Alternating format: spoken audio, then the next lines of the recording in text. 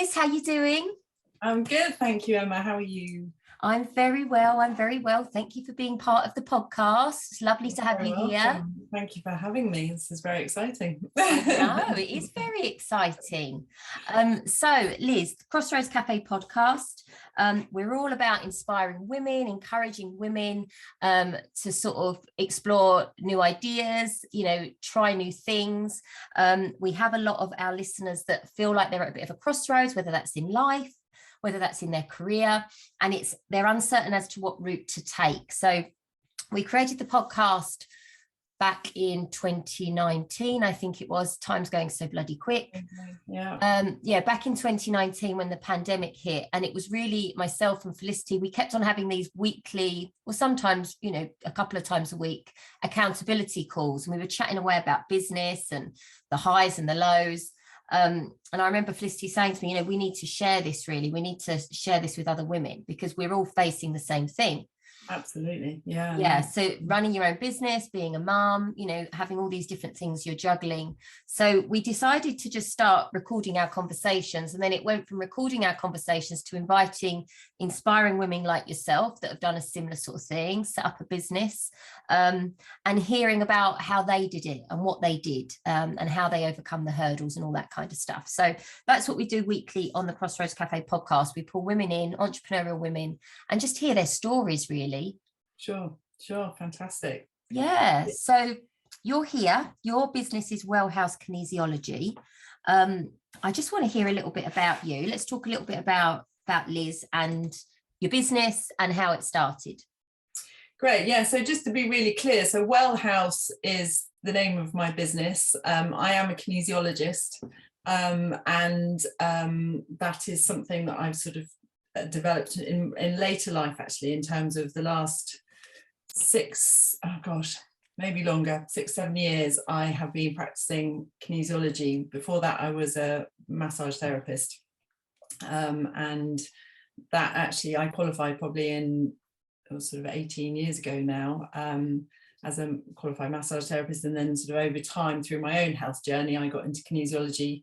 And that is what I work with in clinic face to face, but I also teach that.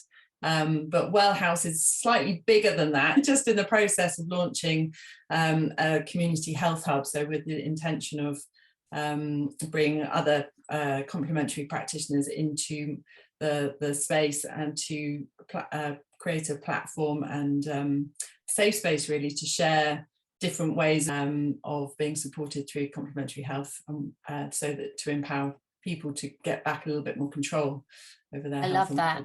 So that's really exciting. So that's just kind of where I'm at, what I'm doing. Yes. But certainly, yeah, how did I start really? I think it's body work certainly has been something that's been very much part of my life from a very early age. My mum's a physiotherapist, and she's retired now, but she still practices a bit with friends and family. But she brought us up very much hands-on with each other. We used to massage each other, very tactile as a family. So I was quite clear, right, from an early age really, that that's what I was going to do. But I had a love of horses, so I wanted to eventually specialize in equine therapy. Okay. But actually it didn't work out. University brought up a lot of challenges for me, which later I discovered I had dyslexia as a result of failing the sort of microbiology side of things. So I couldn't complete that degree, and I was sort of left a bit at sea, not knowing really what I was going to do. And I did lots of different other things to fill the gap. And then one day I was waitressing for a friend, and she had a headache, and she just said to me, "Liz, this is what you should be doing. You should be a massage therapist." And it was like a light bulb moment of, I can do the bit I love without all the extra stuff.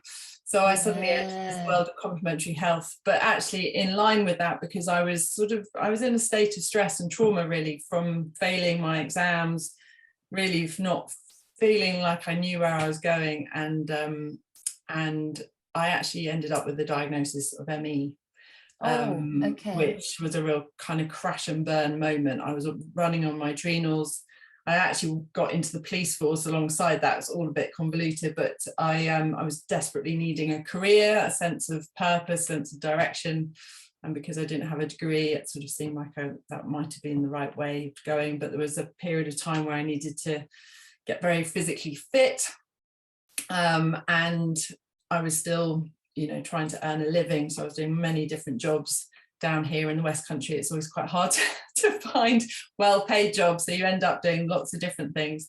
And I burnt myself out. So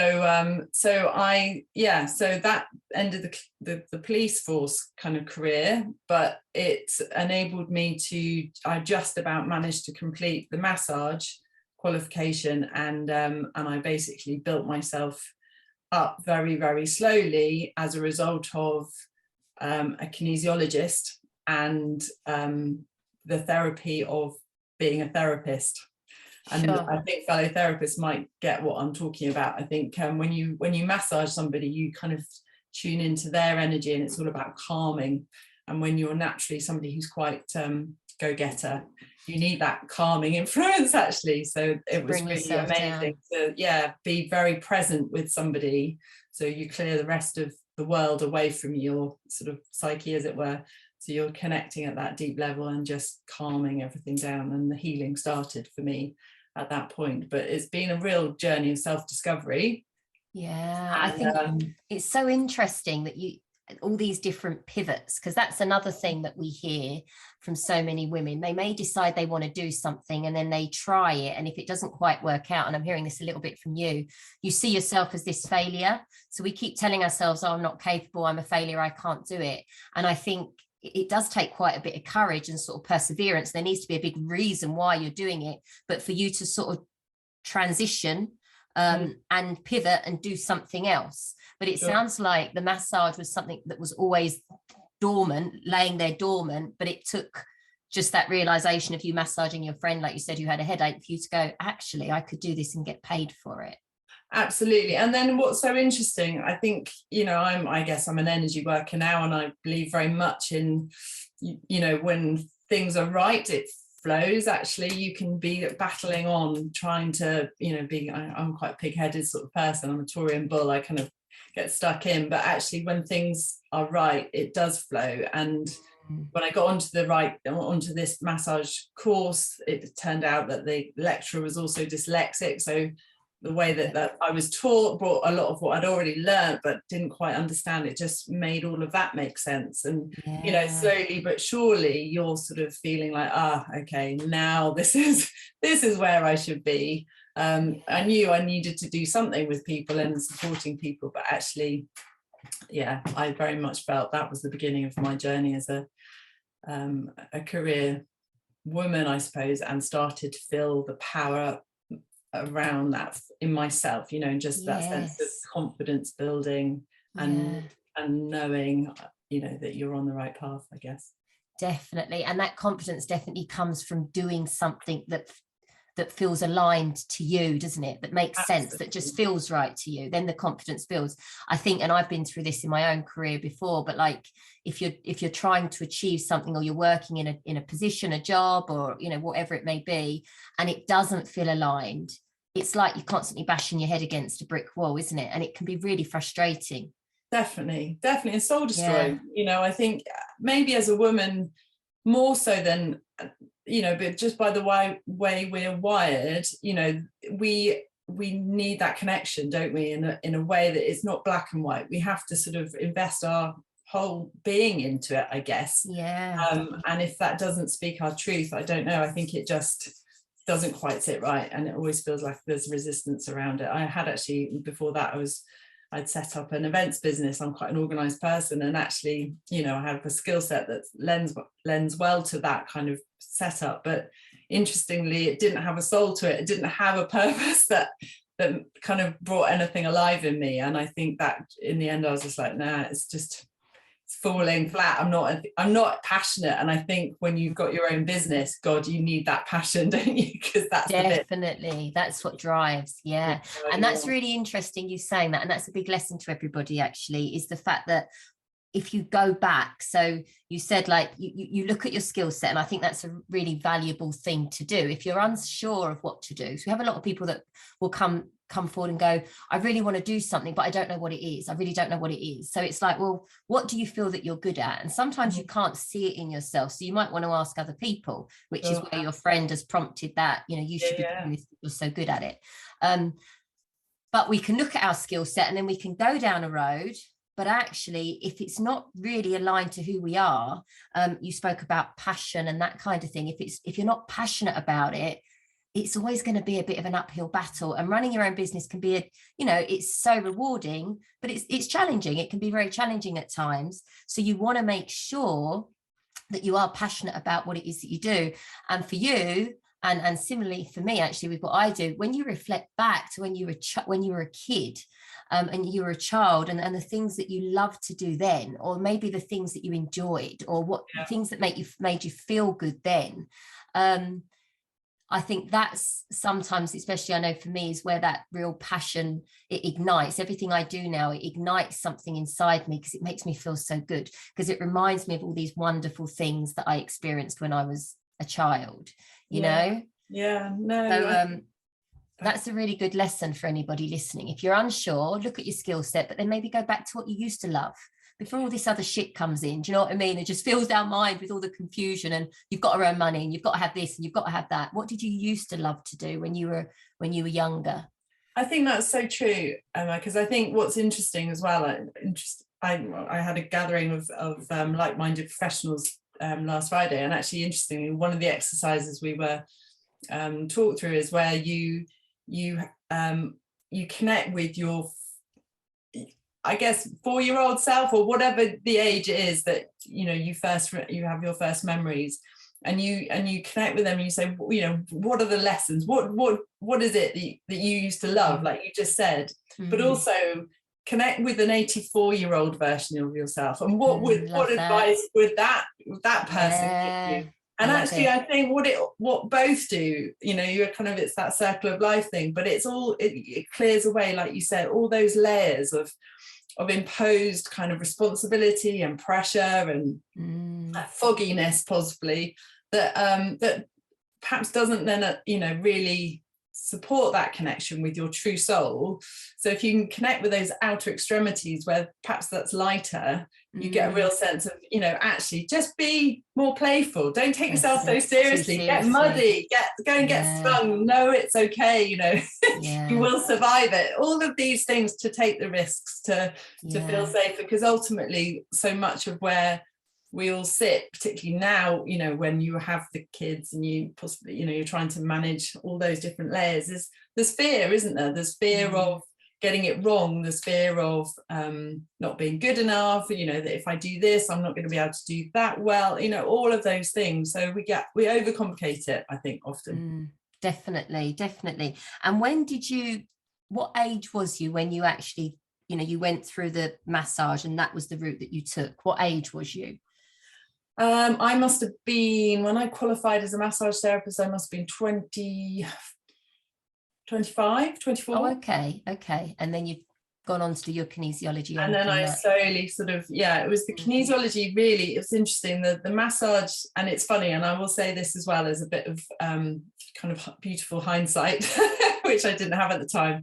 But everything I did prior to that, actually, so I had, after failing at university, I came out and I had a number of different jobs. I worked in retail, I was a cleaner, I was a waitress, I worked for a property letting company, checking properties, doing all these things, and they were all, for me, soul destroying jobs. Actually, they were so not me, but actually all of that it gave me my immediate client base. So I had all these connections that suddenly came to see me as a massage therapist. I had these, from the events business that kind of didn't quite work out. I'm now using those skills, but as a health, in the health capacity. So, don't think that there's no value in all the other things that you're doing, because they will be drawn on in one way or another. And I think we can so often devalue things and think, that was just a waste of time in my life. But actually, everything will lead you and support you to what it is eventually that you land on that feels right. Yes, Liz, love it. Love that. And for that, you mentioned when you failed at university, but see, I look at that and I'm like, but that's just a lesson, isn't it? It's just a lesson and it's part of the process, because had you have got the qualification that you wanted, and you'd have taken that route, you could have been 20 years down the line and gone, this doesn't sit right with me, this doesn't feel right with me, and then we look at that as a failure. But nothing's ever a failure, it is just a lesson. I think it's really important, the words that we use when we talk about past experiences, when we talk about ourselves, when we sort of predict or project forward and think about what we want, ahead. Because it is just a journey. Every single thing that you're going through at that moment in time, and it is a crossroads. It leads you down another path, and you may take that path and you may get there and go, do you know what, this still doesn't feel right, and this isn't where I want to be. So you take another path and you may get to that one and go, well, this, I'm sort of feeling a bit better, but it's still not right. So you may go back a little bit, you may step forward, it may be left or right, but it all gets you there eventually. And the whole process is the beautiful bit to me, because that is the full lesson. I've had so many goals, I've set myself a goal and then I've got there, and when I've got there, it's so shit. I'm like, oh, is that all it feels like? It's like that. I thought that was going to feel so good.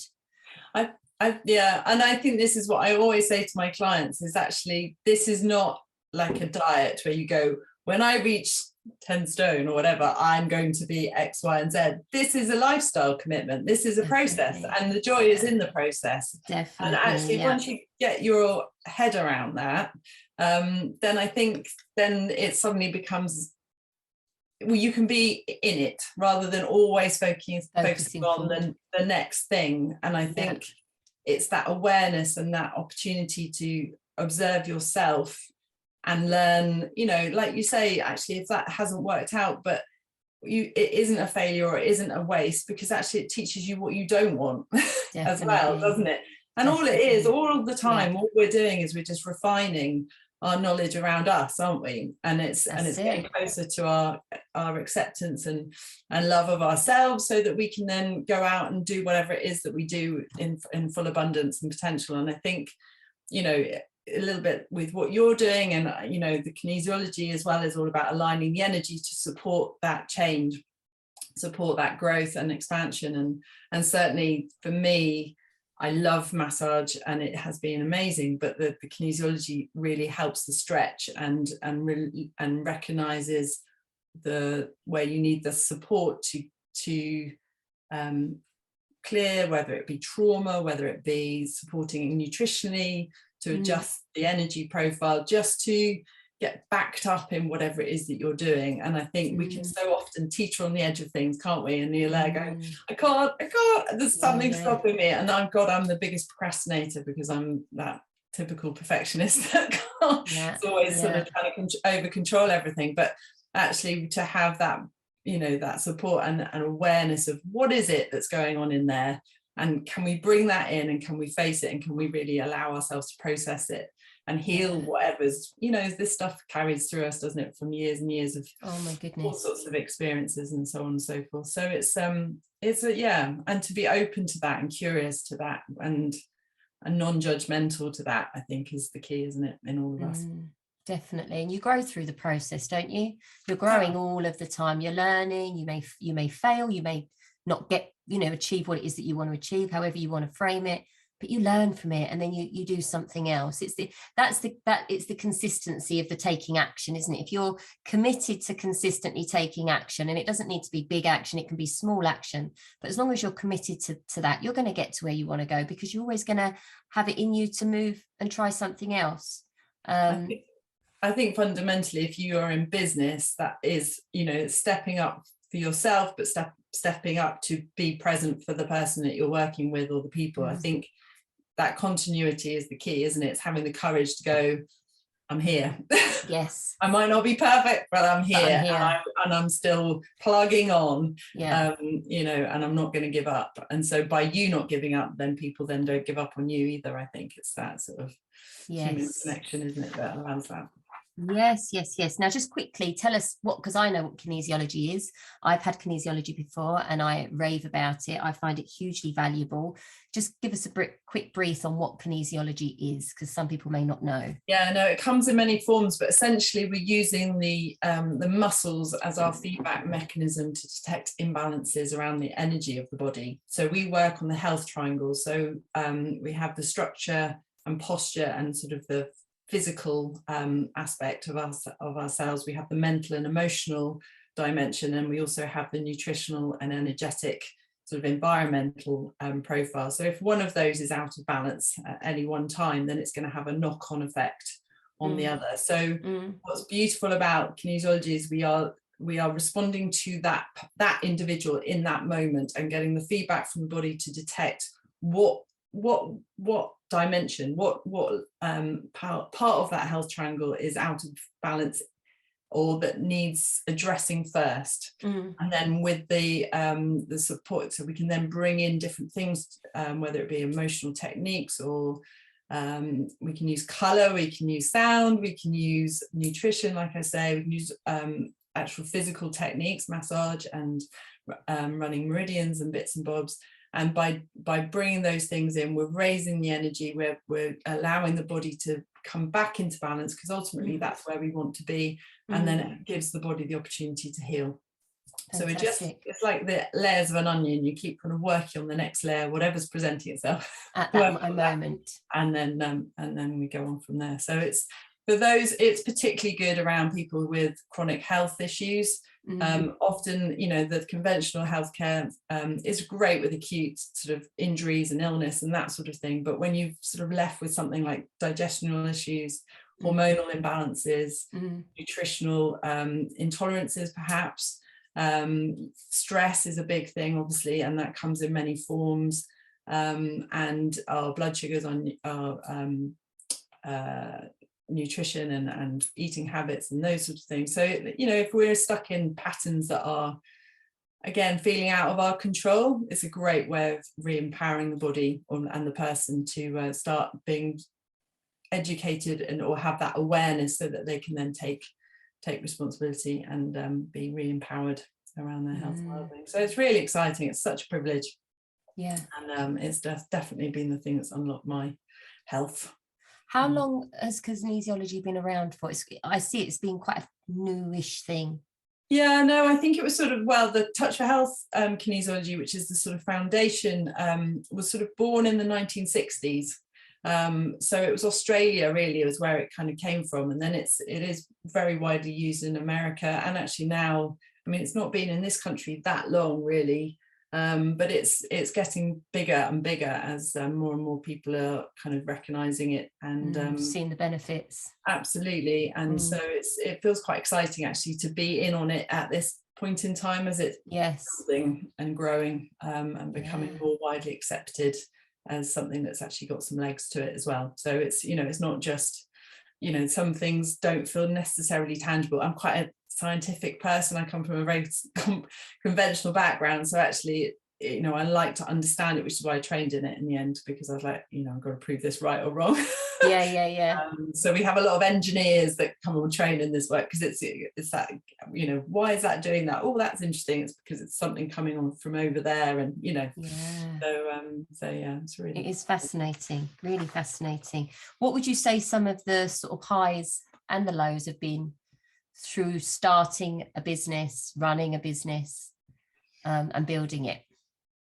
Well, highs, you know, like you, I'm sure you get so much, I think it's so much reward, don't you, from when you put that work in, you put yourself on the line, and then, you know, if you feel like you're having some sort of benefit to others. For me, I live in service. It feels like that's my purpose. So that feels really exciting. I love the flexibility that it's brought me. You know, my family is actually the main priority in my life, and I've really sort of fitted it in around them. So I've worked from home. I'm now back in clinic, which is really nice. So that's really exciting. It's also brought me you know, I'm having to do continual professional development all the time. I'm doing a lot of training, so I'm meeting so many wonderful new people from many, many different walks of life, and you know, travel as a result of that as well, which again, when you live in the little South Hams, it's nice to get out, isn't it, to the rest of the world. So yeah, so from that point of view, it's really exciting. Challenges, having been a sort of private practitioner, you can feel quite isolated. Actually, I'm realizing that I need to take more responsibility around being supported myself. I think you give out a lot. So when you're, you know, you've got lots of other layers to your life, it's really important that you take that time and do the self-care and make sure that you're not always, you know, either working or looking after the kids and doing all the rest of it. It's just a lot of time management, I think. And I think with children, as you will know, they're changing all the time, aren't they? You know, what they need from you and the time and the space and emotionally kind of being available and all those things. So I'm always checking in, going, you know, is this working? What do I need to change? But like now I've taken a week off before the holidays so that I can You've think got that time and focus, rather than always being when they're off, I take the time off, etc., to kind of fit in around them.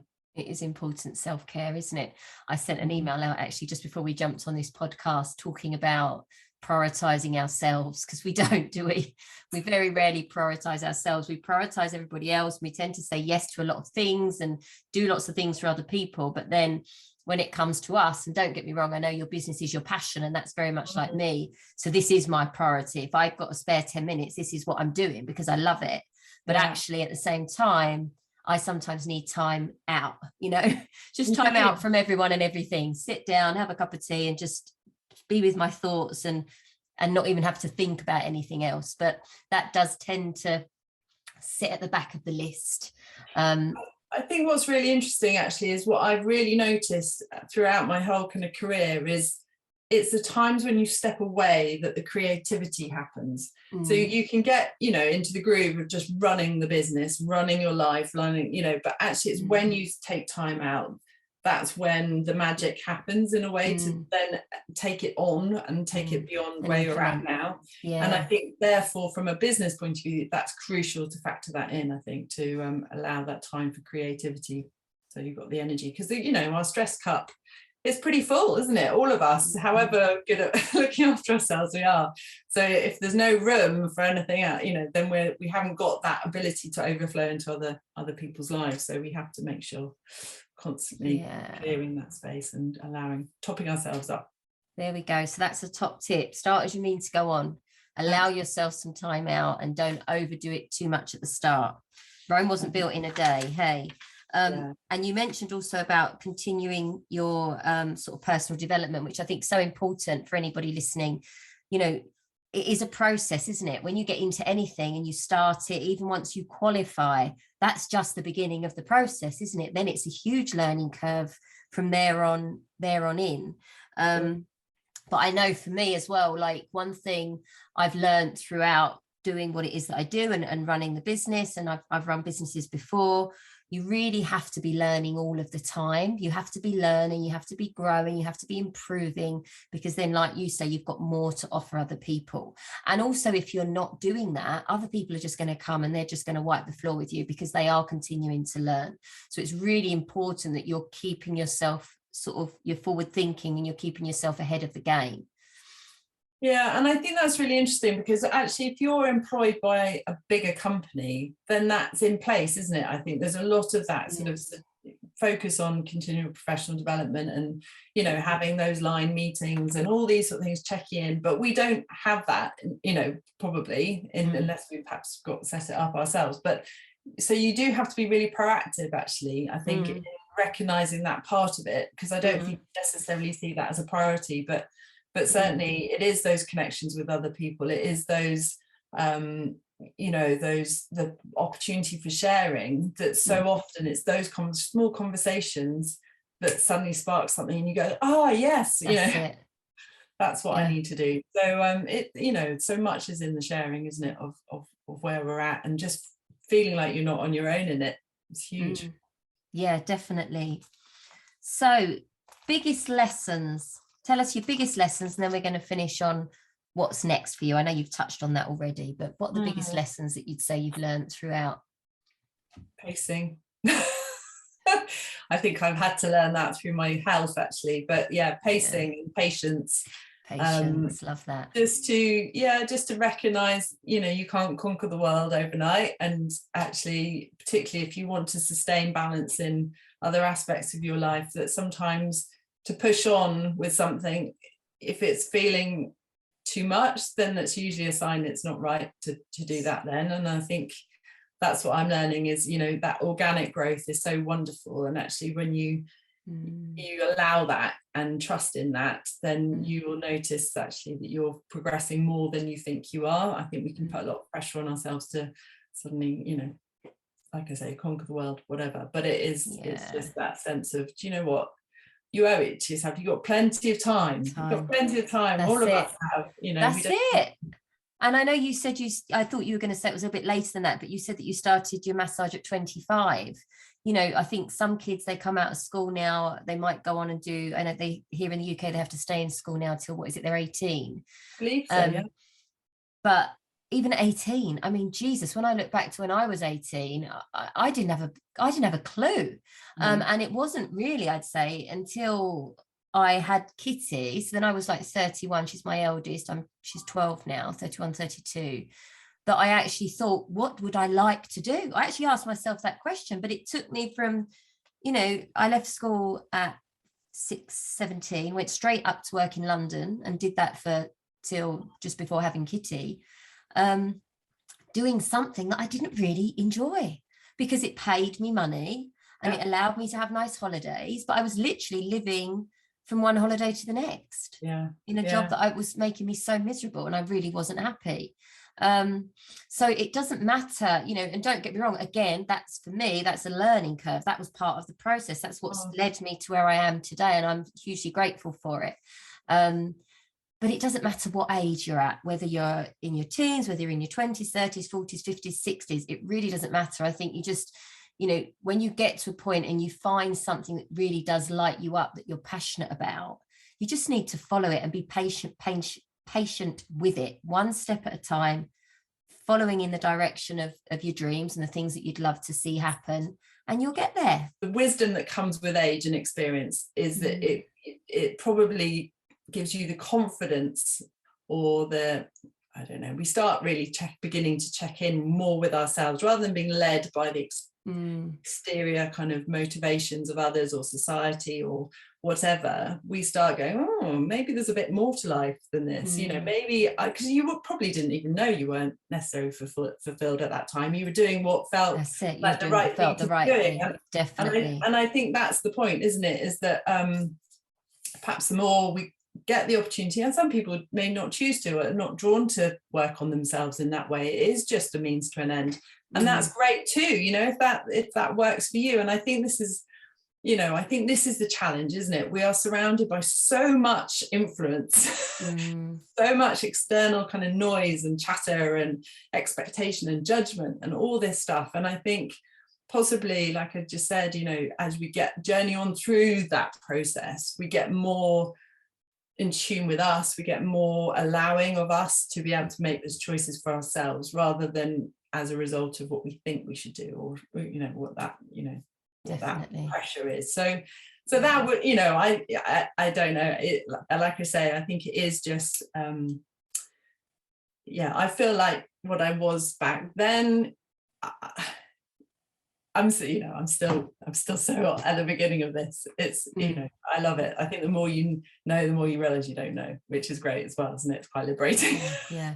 And you're happy to learn, isn't it? And you don't have that I mean, we've all got that ego there, but you're not thinking you know it all. Well, this, I'm just going to learn through the process. That's one thing I say to myself a lot, either it's going to work or I'm going to learn. Either it's going to work or I'm going to learn. So I've just got this headspace of, I'm just going to learn. I'm going to learn what's right and wrong, and I'm just going to keep going. And as long as I'm open to that, then I know I'm going to get to where I want to go. I know that eventual outcome will change once I get there, because it becomes so much greater, and it molds and it changes. But I think if you've got that, I'm going to learn, like you mentioned, having that continued sort of personal development where you're constantly working yourself, asking yourself better questions, and just open to what's going to come. I think, Emma, what you're doing by, voicing it, by creating conversations around it, by discussing, is it actually what you realize is everybody actually, it's the ego, isn't it, that gets so involved and confuses us so much, because our ego is so, wanting us to have achieved it and sorted it and have the recognition, and we are professionals and we are this. And of course we all are doing all of those things, but actually I think the courage or the bravery is when you kind of get beneath that and go, do you know what, that's just the ego. I'm as vulnerable as anyone else. I'm as human as anyone else. I'm trying to kind of work it out. I don't, one day is all I've got. This is all I've got right here, right now. The rest is unfolding, and who knows where that's going to go. But when you can get on that level with anyone, that's where the magic happens. And I see all sorts of walks of life, and I'm so privileged because I see so often the vulnerable part of them that isn't, putting on the show for their, multi-million-pound businesses that they're sort of heading up or whatever it may be. And it's just, when you get on that level, it's like, and here we are, another human being connecting on it as another human being. What a shame that we can't be that person with, or feel that we can be that person in the bigger wide world, particularly in business. And this is my passion, actually, because I've always had this contradiction in my mind. It's like, why does this sort of whole successful business thing mean this, when it needs? Can we not have both? Can we not be successful, make money? And this is an interesting one, another conversation for another time perhaps, but and actually still be a vulnerable person in that, and just be authentic. Exactly. But see, I think we can. I just think once one person does it, and if we all start doing it a little bit, that will spread. Do you know what I mean? It's when we're all at it together, we're all maybe battling because we all want the next best thing, or this or that, or whatever it may be. I think once someone opens up and is vulnerable, it allows other people to do the same. So the more we do that, and the more we get around and we have these conversations and we talk about how wonderful it is, but also what a struggle it can be, but also, it's the best thing that I've ever done in my life, in starting up my business and doing what it is I'm doing, because I'm so grateful for it. And I'm allowing myself to be me, and that's probably why it feels so good, because I'm doing something that really feels in line with who I am. So that's the authenticity. And I think it's the same with, you've got businessmen, businesswomen who are running big, multi-million-pound organizations, and that may be their thing and what they love to do, but it's allowing, like you say, them to open up and be their authentic self within that role, rather than trying to match up to this thing that they've set for themselves. And it normally is. I think when we go back to it, we could go into this, I could talk about this all day, but we normally go back to the childhood, don't we? And we go, right, well, what was we missing, or what did we desire then?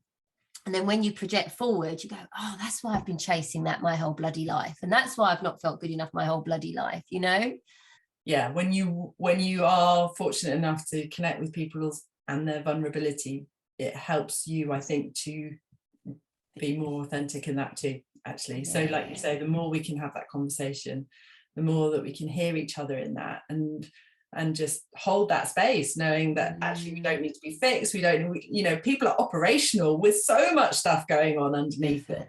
I mean, it just staggers me, the resilience of a human being. But I think, but I do think the world is ready, and actually it feels like these two worlds are coming together a little bit. There is a bit more, I don't know, COVID's been so challenging on so many levels, but maybe something shifting, who knows, that will allow us all to be a bit more on a level, not needing to have this kind of extreme sense of success versus failure. Maybe we both, no, I hear you. So let's just finish on what's next. So the kinesiology, obviously, clinic and teaching is something I'll continue with and I'm very passionate about, but I think what I really felt is that I, like you, actually, it's interesting, I was like, I'm meeting all these amazing people, having these amazing conversations, and I really want to share that. I really want to allow people in on that, because I think when I speak to people who arrive in my clinic, so often they're feeling really overwhelmed with what's going on for them on their health and well-being, but not knowing where to go to get the help. And I think there's a lot of judgment, there's a lot of fear around, you know, what's available and who's practicing and so on and so forth. And I think we're very individual around what speaks our language as well. And so what I feel is if I can create a very safe and fairly conventional space, actually, I say conventional, I don't mean that, a kind of neutral space where people can come and maybe experience. I really believe knowledge is power. So if, you know, there's opportunity for presentations, workshops, events, where people can just connect with different practitioners and the way that they do things, so that they can go, oh, that's what I need. With those self-help techniques, those opportunities for them to, you know, own their own health and well-being. What can I do? You know, this is what I'm feeling. What can I do to help me to, you know, to do something positive for myself? And I think so often things get so overcomplicated. And I think if we can whittle it down and present it in a way that suddenly can access people, and then people, again, like we said, if you can sit with another person that's going through a similar thing, there's so much support in that, isn't there? So it's about building a community, whether it be the practitioners and then the feeding into those that attend or access that information. I think, you know, there's a lot still that needs to be done around that. So it's early stages, but it is, I just feel there's we've got a lot going on down here, and some amazing practitioners either down here that I'm in connection with elsewhere in the country that I could bring down. But, you know, particularly kind of key stage, our kids need some support, I think, and our parents in that support, you know, so there's a lot going on. I think that's lovely, Liz. I think that's wonderful. And what an amazing goal to work towards. Do you know what I mean? Yeah, it is much needed. And I just think as well, people are starting to maybe look at other things. I know with the whole pandemic thing, you know, just family and friends were very much into, right, well, what vitamins can I take? What is it else can I do to sort of better my health? Whereas before it would be like, we feel unwell, we go to the doctor, we get given a drug, we take the drug. And I'm not saying there's anything wrong with that, but people are starting to venture a little bit further out, maybe kinesiology, acupuncture, I don't know, reflexology, all these other things that may help them feel better in themselves. Because that's just it. We all go through crap. We all feel rubbish, regardless of what it is that we do. You know, with what I do, the days when I don't feel very confident, I doubt myself. It's understanding, bringing people together, that we all feel that. No one's alone. You sometimes feel it's just you, don't you? It's only me. I'm the only one that can't do it. I'm the only one that feels unable. Yeah. By bringing people together and understanding that it isn't just you. There's lots of other people that feel this same way, and then being able to tap into people that can support you, that are, you know, something you may never have heard of, that you try, no different to you with your kinesiology, and then you go, wow, that was just like a bolt out the blue, and I feel so much better. Definitely. And I think, you know, we are all, it's interesting. When I had COVID, this was sort of where it was really kind of, I don't know, born in me, and that I've got to do something. It was like, actually, you can sit on this forever, but you have got to do something. And it was that real sense of, you know, it's what we've just gone through. When you get COVID, you're isolated, you're not allowed to see anyone. It goes so against every fiber in your being, doesn't it? To, you know, as the person that perhaps wants to see the person who's ill, and also the one that's suffering, you really want a connection. So I just felt, actually, you know, we've all been behind our screens, and there is a place for that too, but actually to bring people back into the same room to start connecting with self, because I think actually the answers are so often within us, or they are within us, but we don't know where or how to get there. So again, it's just raising awareness, connecting, and actually supporting, and for me it's also supporting other practitioners. So if we can all elevate and support each other, then we have the potential to be more of a beacon of, you know, energy and light for those that need us. So I think we all recognize the support all the way through, you know, from the community receiving to the community that are feeding into that. So I love it. It's yummy. I love it. Really inspiring, Liz. Really, really inspiring. Thank you. Well, yeah, watch the space. We'll see. I will be watching. I'll be watching. Yeah. Going, how's that going, Liz? Yeah, I've got no doubt about it. It'll all come together and it'll be amazing. well, it feels right, so that's nice. Good. Well, thank you so much, Liz. Thank you for coming onto the podcast. It's been lovely chatting to you. If anyone wants to get hold of you, how best can they reach out to you? So my website is wellhouse.co.uk. I have all my contact details on there. I'm currently I'm at the hen house in Kingsbridge, Coombe Farm. So I have a full-time clinic there as well. So they've got me on their website as well. But yeah, you should be able to find me. I'm also registered as a kinesiologist on the Kinesiology Federation, International Kinesiology Federation, and the Kinesiology College website. So yeah, it's plenty. Great. Well, what I'll do, I'll put the link to your website in the feed, so if anyone wants to get hold of you, they can just click the feed and they can reach you there. And thank you so much again, and I hope to see you soon. Hope you see you around town soon. Yeah, thanks, Emma. All the best. You're welcome. Have a lovely day. Take care, everyone. See you later. Bye.